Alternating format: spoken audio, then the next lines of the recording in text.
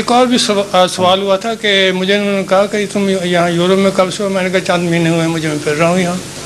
تو کہنا ہے کیا تم سمجھتے ہو کہ یہ یورپ ہے یہ مسلمان ہو جائے گا؟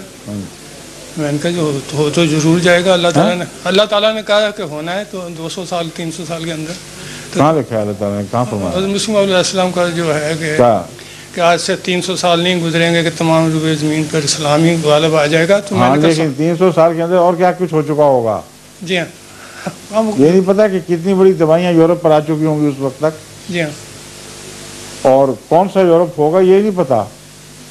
کیا وہ جنگ عظیم، تیسری جنگ عظیم کے بعد کا یورپ ہے یا پہلا ہے؟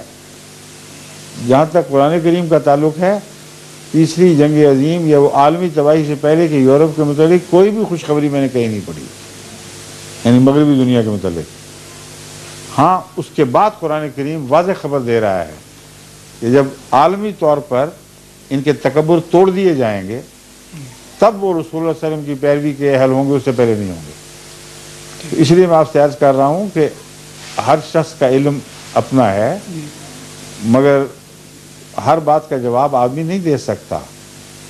ایسے موقع پر جتنا پتہ ہے اتنا کہیں اور باقی کہیں پوچھ کے بتائیں گے، اس میں کوئی حرج نہیں ہوتا. سمجھ گئے؟ جی شکریہ. سمجھیے.